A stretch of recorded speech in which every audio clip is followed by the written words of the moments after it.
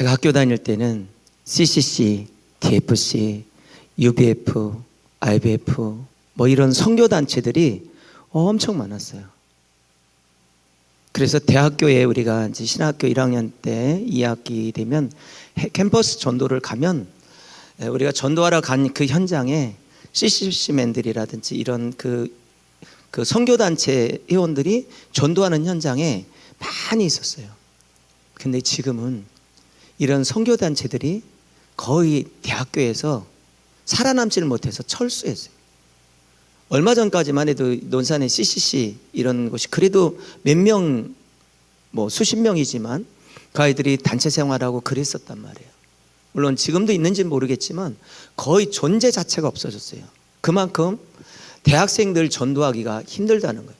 근데 오늘 교회에서 아이들이 중3들이 고3들이 대학교에 가면 그 아이들만 사실 잡고 선교단체가 움직여줘도 얼마든지 제가 볼 때는 운영이 될 것 같은데 그것마저도 안 되는 거예요. 왜냐하면 고3들이 대학교에 가서 신앙생활을 유지하는 아이들이 많지 않다는 거예요.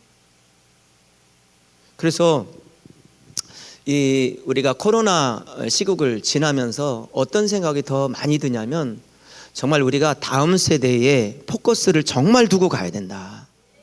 할렐루야. 그리고 2박 3일 수련회 이런 것 가지고는 아이들을 세상 가운데서 내놓을 수가 없다. 앞으로는 1주일, 2주일, 3주일 이렇게 정말 그 아이들이 훈련하지 않고는 세상에 나가면 이건 100% 패할 수밖에 없다. 그런 생각이 너무 많이 들고 또 성도님들도 마찬가지. 이제 여러분 우리가 이제 코로나, 델타 또 오미크론 이렇게 오면서 이거면 끝날 것 같지만 또 제가 그 유럽 쪽에서 들어오는 분이 계신데 유럽에서 들어오면 지금 2주 격리래. 2주. 왜 2주 격리냐면 그쪽에 지금 뭐가 지금 생겼냐면 사스, 메르스가 또 생겼다는 거예요. 그래서 한국에 들어오면 2주씩 격리된다는 거예요. 그러니까 여러분 이제 앞으로 이런 일들은 그냥 계속 될 거예요. 계속. 이렇게 마스크 쓰고 이렇게 하는 나라는 사실은 지금은 전 세계적으로 봤을 때 우리나라가 마스크 쓴 사람들이 제일 많은 나라가 우리나라예요. 다 지금 거의 마스크 다 벗었거든요.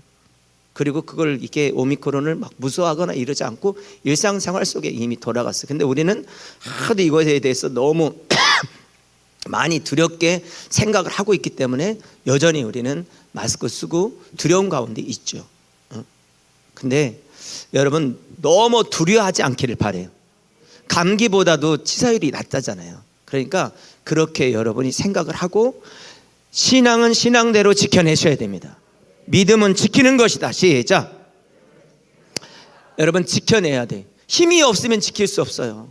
저렇게 러시아가 우크라이나 들어가지고 저렇게 며칠 사이에 속수무책으로 당하는 것은 군사력이 약하기 때문에 그래요. 우리도 마찬가지예요. 우리가 뭐 정치인들 큰 소리 치지만 저쪽은 핵을 갖고 있잖아요.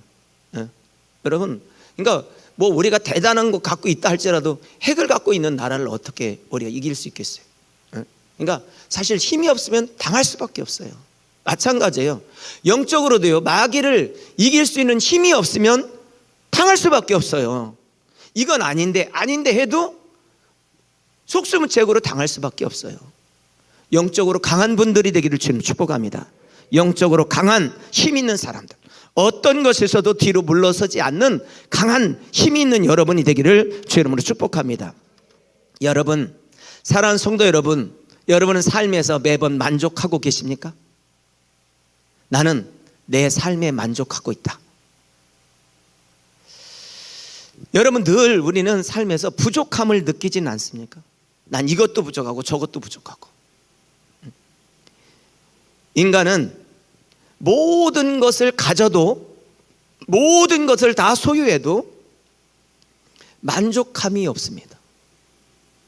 다 가졌는데도 만족함이 없어요. 그 이유가 뭘까? 모든 것을 가졌어도 만족함이 없어요. 오늘 성경 본문의 배경 속에는 예수님께서 빈들에서 말씀을 전하시고 저녁 때가 돼서 사람들이 다 배고파하는 거예요. 그런데 어떤 소년이 가져온 물고기 2마리, 보리떡 5개로 5,000명을 먹이죠. 할렐루야. 그리고 몇 강주리가 남았죠? 12강주리가 남았어요. 다 모았는데 이 기적이 있은 후에 예수님께서 제자들을 그 갈릴리 바다 맞은편으로 가게 하죠. 그래서 제자들이 배를 타고 먼저 가게 될 때 예수님은 기도하고 계셔요. 그리고 이제 저녁 늦게 예수님은 무리를 걸어서 가죠. 그리고 그 바다 한복판에서 예수님을 만나죠. 무리를 걸어오시는 예수님을 보게 되죠. 그리고 그때 베드로가 정말 주님이시면 나를 걷게 해달라고. 그래서 베드로가 걷다가 물에 빠지고 예수님께서 무리에서 건져주시죠. 이 사건이 있은 후 하룻밤을 그 건너편 지역에서 주무시고 그리고 배를 타고 지금 다시 게네사렛으로 다시 오게 됩니다. 자, 전날 무슨 일이 있었어요? 5,000명을, 말이 5,000명이지 남자만 5,000명 있으니까 약 2만 명이 넘는 사람들을 물고기 2마리, 보리떡 5개로 먹이는 기적의 역사가 있었단 말이에요. 그런데 그 밤에 사람들이 이 마을 저 마을에 다 흩어졌던 사람들이 먹었던 사람들이 얼마나 소문을 냈겠어요. 야, 어젯밤에 무슨 일이 있었는지 아냐? 그래서 예수님이 그 물고기 2마리, 보리떡 5개로 모든 사람들을 먹였던 이 일들이 쫙 퍼졌어요. 그리고 예수님이 그 다음날 아침에 또 나타나신 거예요. 그랬더니 여러분, 막 소문내기 좋아하는 사람 있잖아요. 그 사람이 막 다니면서 막 얘기하는 거예요. 이 동네 저 동네 다니면서 예수님이 또 오셨다고, 예수님이 오셨다고 막 소문을, 동네 막내 막 소문을 내기 시작한 거예요.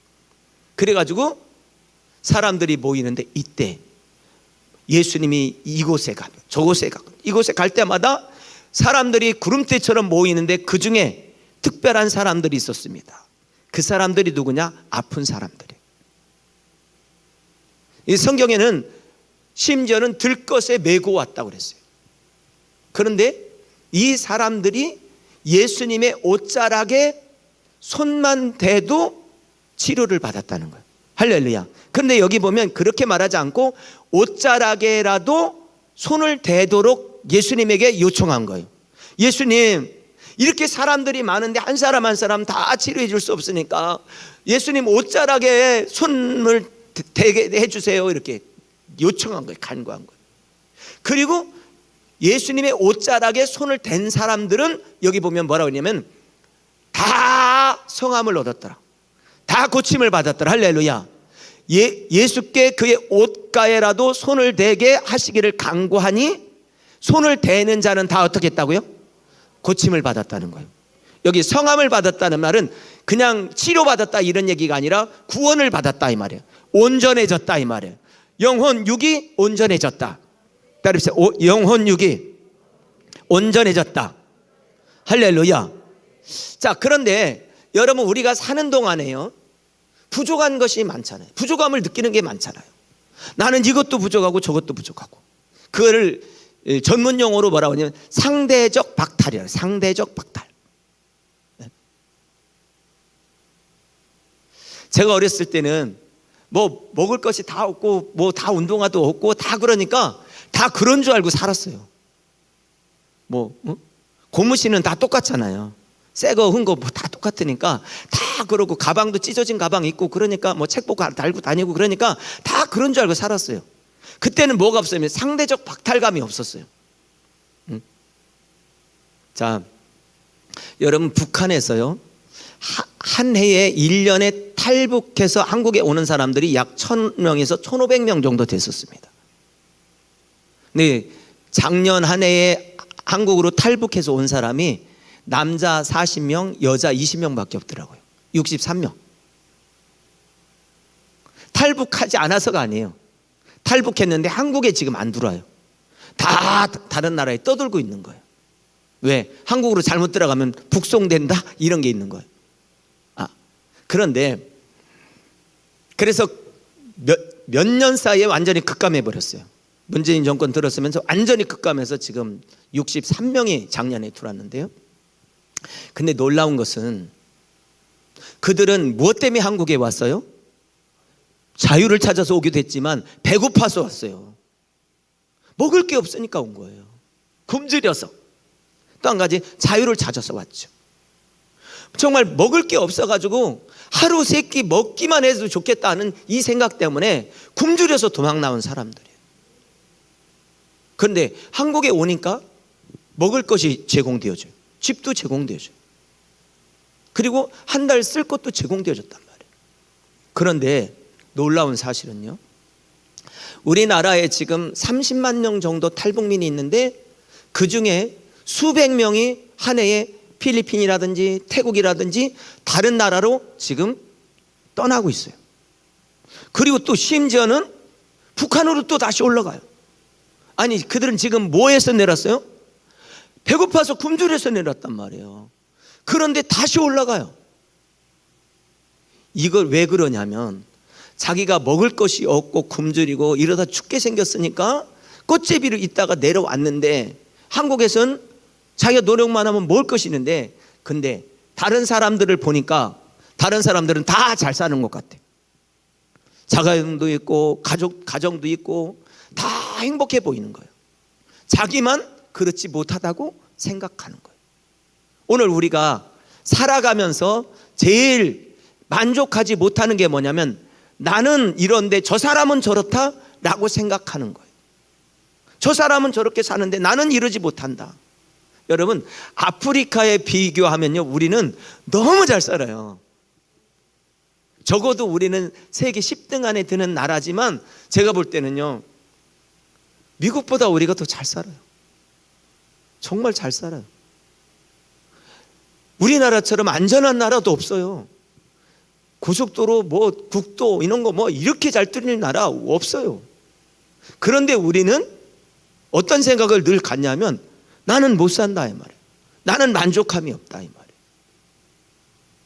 왜 우리는 이렇게 만족함을 누리지 못할까? 왜 만족함이 없을까? 왜 만족함이 없을까? 여러분, 우리가 한 가지 꼭 잊지 말아야 될 것이 있어요. 하나님께서 우리를 만드실 때 독특하게 만드셨다. 그래서 여러분, 세상에 가지고 있는 물질, 어떤 세상이 주는 사랑, 세상에 갖는 명예, 세상이 주는 어떤 것으로는 만족할 수 없는 한 공간이 우리 속에 있어요. 이거를 놓치면 안 돼요. 여러분은 심지어요, 예수님 믿고 믿음으로 살아가는 여러분들이 교회에 나와서도 어떤 사람은 공허함을 느끼는 거예요. 열심히 충성하고 헌신하는데 공허하고 허전한 거예요. 왜 그러냐는 거예요. 자, 오늘 성경 본문에 나오는 게네사렛은 원문 뜻이 뭐냐면 풍요의 정원이라는 거예요. 풍요로운 정원이라는 거예요. 이 말은 뭐예요? 그 땅은 풍요로운 땅이라는 거예요. 여기는 헬몬산에서 내려오는 물이 있어요. 그리고 갈릴리 호수가 쫙 있습니다. 갈릴리 호수가. 그리고 그 중심부에 있는 지역이 바로 게네사렛이거든요. 그 뜻이 뭐냐? 풍요로운 정원이라는 거예요. 풍요의 정원. 그러니까 여기는 올리브 나무, 무화과 나무, 이런 나무들이, 과수들이 막 많은 지역이에요. 쉽게 말하면 이스라엘 나라의 50% 60%가 광야인데 그 중에 풍요로운 땅 중에 하나예요. 그런데 여기에도 여전히 누가 있었냐? 궁핍함을 느끼고 문제를 가진 사람들이 거기에도 존재했다는 거예요. 거기에도. 그러니까 예수님이 오셨다, 예수님이 나타나셨다, 그러니까 막 사람들이 사방에서 막 웅기중기 하면서 나오는데 다 부족함을 갖고 있는 사람들이었어요. 다 부족함을. 여러분 무엇으로 만족하고 계십니까? 여러분의 삶은 만족하십니까? 여러분, 물질을 막 이만큼 가지면 만족할 것 같지만 이만큼 갖는다고 만족할까요? 명예를 가지면 만족할까요? 우리 박승용 의원님 되시면 만족할까요? 시장 되면 만족할까요? 국회의원 되면 만족하겠냐고요. 그 당시에는 만족할 것 같은데 그 위에 올라가면 절대로 만족하지 못해요. 왜 그러냐는 거예요. 왜? 제가 그 격리에서 있는 동안에 여러 가지 기도하면서 저 생각 또 사역을 뒤돌아보기도 하고 저 자신을 좀 생각해 봤어요. 그래서 축구로 따지면 축구는 전반 몇 분 경기하죠? 45분. 쉬는 시간이 얼마예요? 10분. 그 다음에 또 후반 45분 경기를 한단 말이에요. 그러면 인생을 95살까지 산다고. 왜냐하면 90분, 그러니까 90분으로 생각하고, 축구 경기 전반 후반 90분으로 생각하고 계산해 보니까 이제 30분 남았더라고요. 전반전이 아니라 후반전 30분 남았어요. 그러면 여러분, 지고 있을 때 후반전 30분은요 시간 엄청 빨리 갑니다. 빨리 가. 그런데 그렇게 따진 게 아니라 목회를 따져봤어요. 제가 목회를 89년도에 시작해서 지금 2022년도 33년째 지금 하고 있는 거예요. 그리고 앞으로 10년 목회가 남았다면 몇 분 남았나 봤더니 21분 남았더라고요. 축구 따지면 21분.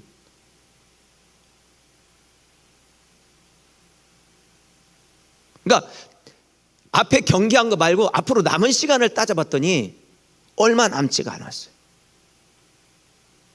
여러분의 인생을 한번 오늘 아침에, 할렐루야, 여러분의 인생을 한번 계산해 보세요. 근데 90까지 사는 거지 사실은 어떻게 살지는 모르잖아요. 요양원에 있을지 병원에 있을지 집에서 잠만 자고 있을지 모르잖아요. 사실은 따지면요 거의 70, 75, 80 뭐 이 정도 건강하게 살 수 있는 나이는 그래 많지 않은 거예요. 그러면 나는 축구로 따지면 얼마나 남았을까? 그럼 나는 어떻게 살아야 되나 하는 생각을 격리되어 있는 동안에 좀 했습니다. 어떻게 시간을 보내야 될까? 자, 여러분, 이 공부를 하고 돈을 벌고 또 건강해지면 만족할까? 전혀 그렇지 않다는 것입니다.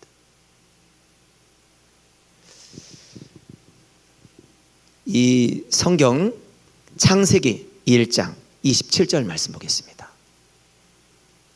하나님이 자기 형상, 곧 하나님의 형상대로 사람을 뭐 하셨다고요? 여러분, 우리는 누구의 형상대로 만들었어요? 하나님의 형. 따라, 나는 하나님의 형상대로 만들었다. 나는 하나님의 형상대로 지음받았다. 할렐루야. 하나님의 형상대로 지음받았다는 거예요. 그러면 하나님의 형상대로 지음받은 존재는요 사실은 에덴 동산에서 부족함을 모르고 살았어요. 하나님과 행복하게 살았어요. 그리고 내가 수고하고 노력하지 않아도 됐어요. 하나님이 다 공급해 주셨어요. 그런데 죄를 짓고 영원히 눈이 딱 가려지는 순간, 하나님이 보이지 않는 순간 인간은 만족감이 없는 거예요. 무엇을 가져도 만족감이 없어요. 뭐를 해도 만족감이 없는 거예요.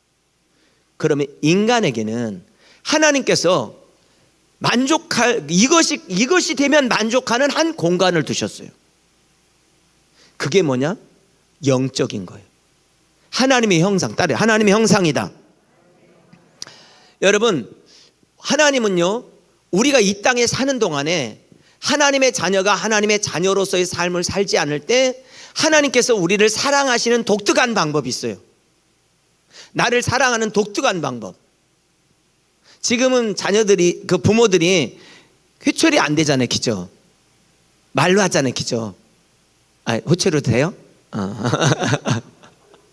한나 집사님도 회초리는 되는구나. 근데 아버지가 됐던 회초리하고는 좀 다를 거예요. 그렇대요. 근데 하나님은 우리가 엇나간 길로 계속 갈 때 독특한 방법으로 우리를 콜링하세요. 부르세요. 그게 뭐냐면 고난이 고난. 쉽게 말하면 광야길을 걷게 하세요. 인생에 있어서의 광야길은 너무 힘든 길이잖아요. 근데 중요한 건요, 광야길을 걸을 때 사람은 광야길을 걸을 때 창조자 하나님을 보게 돼요. 우리를 구원하신 누구를 보게 되냐? 예수 그리스도를 보게 돼요. 그래서 다윗이 이런 고백하잖아요. 내가 사망의 음침한 골짜기를 다닐지라도. 음침한 골짜기에서 누구를 만난 거예요? 목자 대신 하나님을 만난 거예요. 욥이 그 고난 중에 누구를 만났어요? 창조주 하나님. 나의 가는 길을 그가 아시나니, 나를 단련하시는 광야길을 걸으면서 나를 단단하게 만드시는 하나님을 보게 하셨다는 거예요.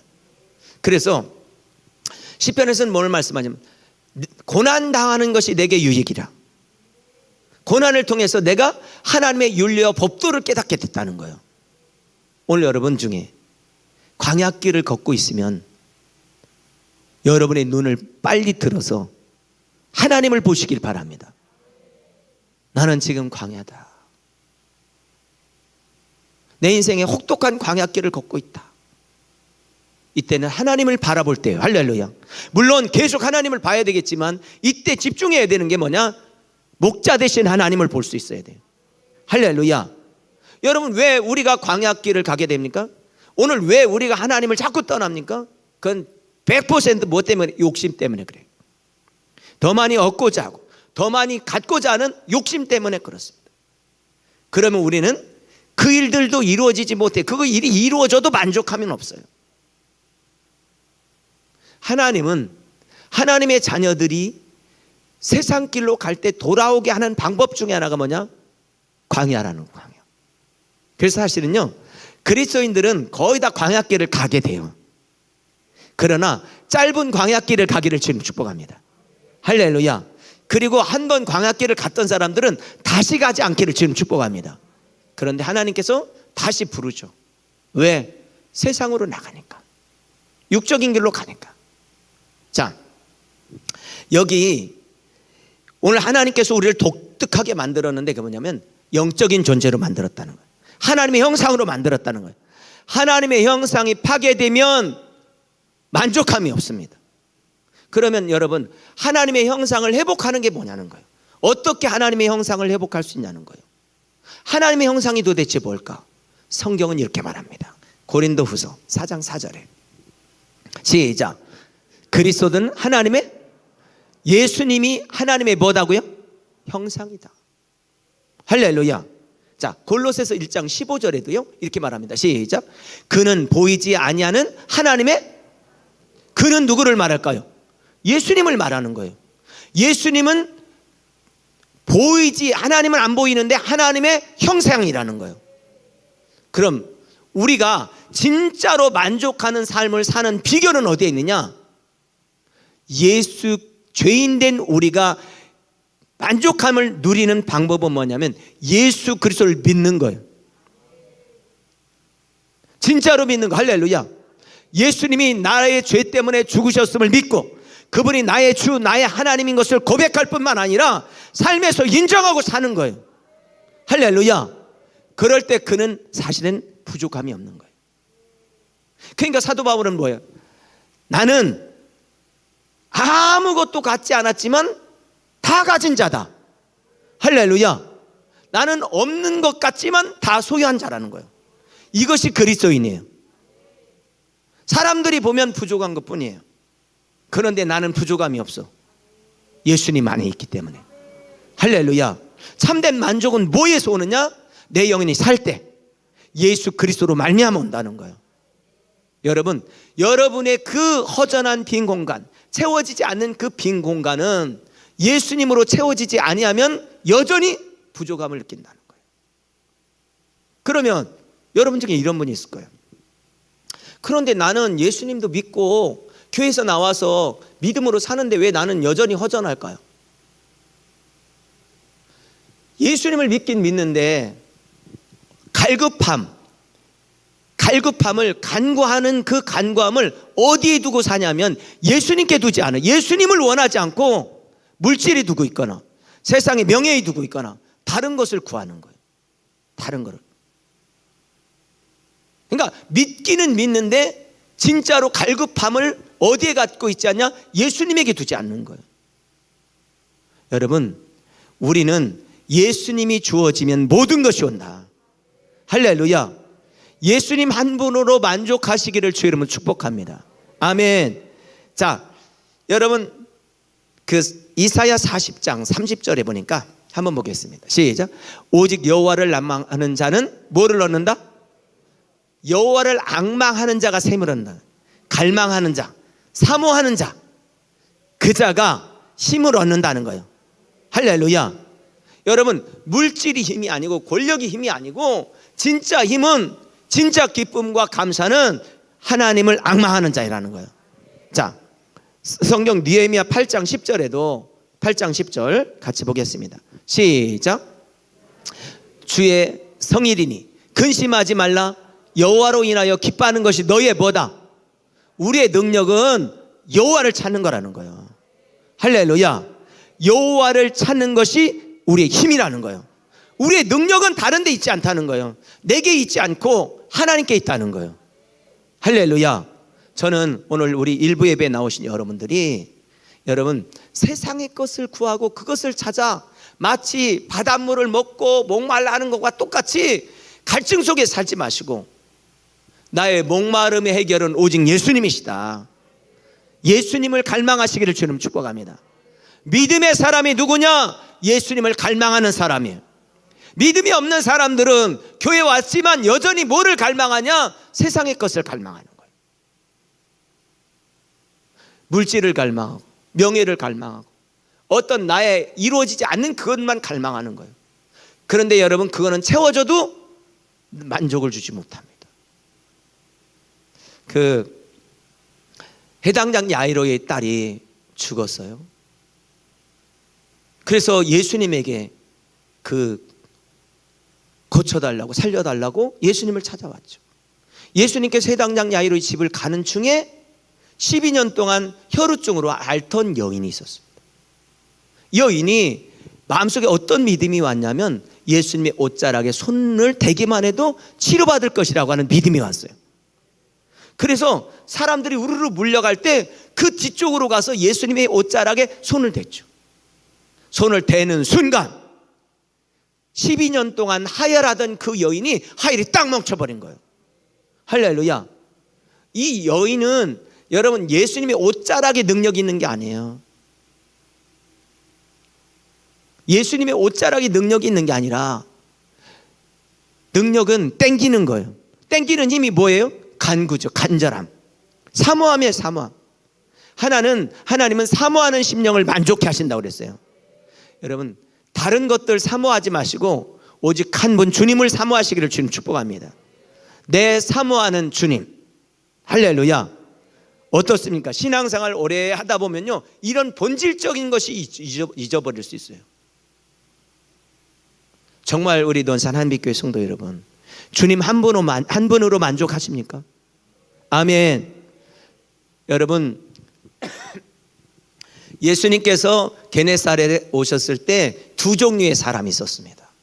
하나는 예수님에 대한 막 소문도 내고 그러는데 구경하는 사람들, 구경꾼들이 있었어요. 대부분의 사람들이 구경꾼입니다. 예수님께서 야이로의 집에 가는 동안에도 마찬가지 다 구경꾼들이었어요. 그런데 누가 있냐면요, 사모하는 사람이 있어요. 할렐루야. 오늘 이 혈우증으로 앓던 여인은 사모하는 사람이에요. 오늘 게네사렛에 예수님께서 나타나셨을 때 예수님이 옷가에 손을 댄 자는 다 치료함을 받았던 사람들은 그 사람이 누구냐? 사모하는 사람들이에요. 교회 안에도 마찬가지예요. 구경꾼들이 있어요. 또 한 가지는 사모하는 사람이 있어요. 간절함, 갈급함. 뭐에 대한 갈급이냐? 주님을 갈급하는 거예요. 할렐루야. 주님이 갖고 있는 어떤 능력, 주님이 갖고 있는 어떤 재물, 주님이 갖고 있는 그거를 우리가 갈급하는 게 아니라 주님 자체를 갈급하는 거예요. 주님을 보기 원합니다. 주님으로 나는 만족합니다. 주님 한 분으로 충분합니다. 왜? 하나님께서 우리를 만들 때 하나님의 형상대로 만드셨어요. 그러니까 여러분, 모든 것을 다 가져도 만족함이 없는 것은 우리 이 공간에 하나님께서 우리를 영적인 존재로 만들었기 때문에 그래요. 영혼이 만족함이 없으면 다 가져도 만족함이 없어요. 그런데 영혼이 만족하면 아무 것을 안 가져도 만족함이 있어요. 참 신비하죠. 여러분, 딱 주님을 만나고 은혜를 받으면요, 모든 것이 새로워 보여요. 모든 것이 기뻐요. 근데 그 은혜로 지속하는 은혜가 있기를 주님 축복합니다. 우리 청년들 할렐루야. 그런 은혜가 있어요. 학생들도. 여러분이 어떤 다른 것으로 만족하려고 하는 게 아니라 예수님으로 만족하셔야 돼요. 아멘. 자, 게네사렛은 제자들을 불렀던 곳이에요. 갈릴리 호수 주변에서. 그리고 많은 사람들이 고침을 받았던 곳이에요. 게네사렛이 여러분이 되기를 주님 축복합니다. 여러분의 심령이 되기를 주님 축복합니다. 주님이 나를 부르셔서 순종하는 여러분의 심령이 되기를 바라고, 여러분을 통해서 막 하나님의 놀라운 기적의 역사들이 이루어지기를 주님 축복합니다. 생명의 역사들이 이루어지기를 주님 축복합니다. 여러분이 가는 곳마다 그런 역사들이 이루어지는 주인공이 되려면 뭐냐? 예수님을 갈급하고 그 예수님으로 채워지기를 주님을 축원합니다. 할렐루야. 이번 한 주간 살면서 정말 여러분 속에 예수 그리스도를 사모하고 사모하는 마음이 쭉 여러분 심령 속에 관통하는 역사가 있기를 바라요. 주님, 난 주님으로 충분합니다. 나는 이것도 부족하고 이것도 부족하고 이런 문제 속에 저런 문제 속에 있는데, 주님, 그것이 아니라 내가 잡아야 될 것은 이것이 아니라 주님을 잡아야 되는데, 고구마 줄기를 잡아야 되는데 고구마 조그만 거 하나 잡고 내가 이러고 있습니다. 주님 붙들고 승리하시는 여러분 되기를 주의 이름으로 축원합니다.